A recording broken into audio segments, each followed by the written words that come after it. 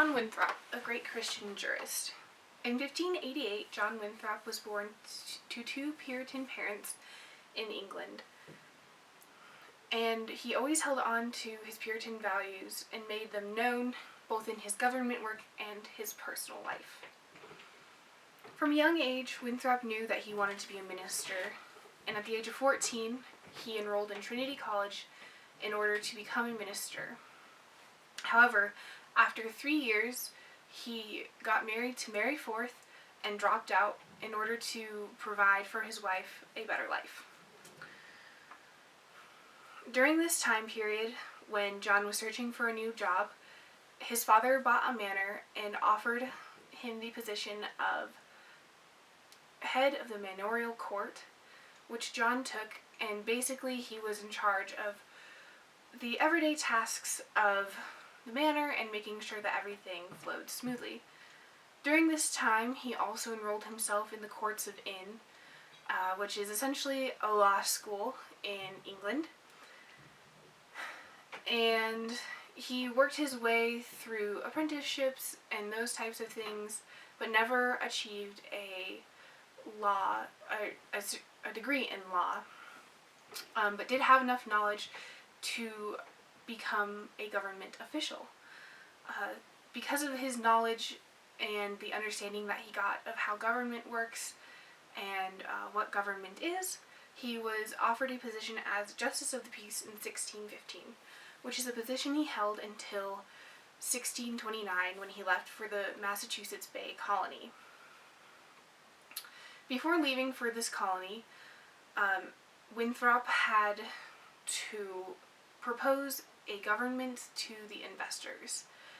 His new government was based on the idea of biblical covenant as well as a bicameral legislature, with the majority of the power in lying with the assistants.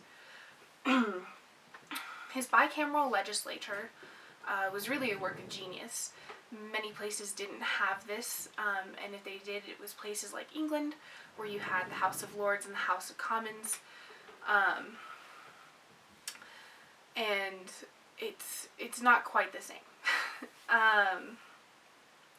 But in Winthrop's version of the bicameral legislature, there were assistants and freemen.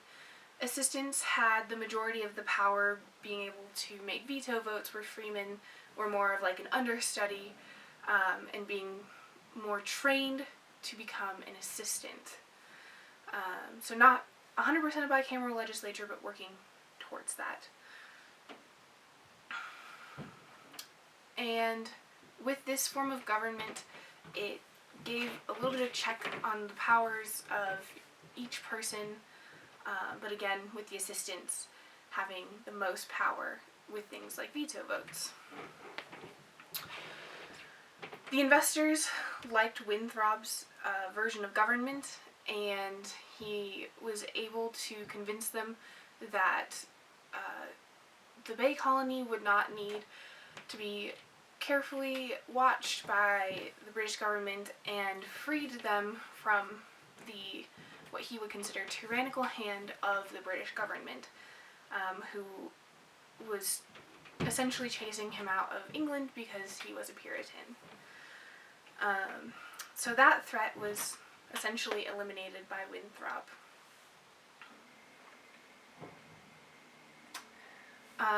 Another defining factor of the government that Winthrop set up was the idea of biblical covenant.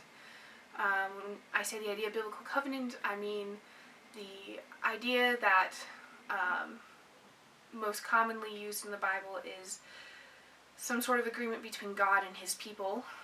It can also be made between one party and another party that are outside of God. But Winthrop really believed in getting the consent of those who were governed by him, and believed that the people needed to agree to the laws and taxation before they could abide by those laws, because if you didn't agree, you weren't going to follow them. Though Winthrop set up a lot of good things, he tended to be draconian in not only punishments, but in the way that he wanted things run. He was at some points power hungry as well, and just tried to establish more of a what he would call a biblical aristocracy, meaning that those who were considered more godly and holy, and to have a better understanding of the Bible and biblical principles, would be placed at the top, like a lord or a lady, and be more eligible for things like the assistant, because the assistant position, or perhaps a freeman position, because the assistant position, they were supposed to appeal to God in all of their decisions. And then obviously, creating that sort of hierarchy, the people at the bottom would be those who either don't know God, or blatantly just ignore his rules. However, this never was fully enforced, and Winthrop tried his best to adhere to what he would consider a biblical worldview of law. He was also very adamant about separating the church and state, and but the church was a way to dole out punishments for people who were members of a specific church. He also believed that the state had power over everyone, and churches had power over those that were members of their congregations, making it apparent that he wanted the separation between church and state, but that the church should have some influence as far as making things like biblical covenants or basing his laws off of biblical covenant. Another thing that Winthrop did for the Massachusetts Bay Colony is get it out of bankruptcy. The Bay Colony was almost bankrupt when he got there, and he had to convince investors that they needed to put more money in the colony and reduce the amount of shares, the value of their shares by 2/3, in order to give the colonists, or what he would call the planters, a better chance at making a profit in order to be able to make Massachusetts Bay Colony sustainable. At first, the investors were very unhappy and decided that they really didn't want to do that, but Winthrop was very convincing and told them that if they did this only for a short amount of time, they would be able to increase their profits in the Bay Colony, which would increase their shares in the trading post in the Bay Colony.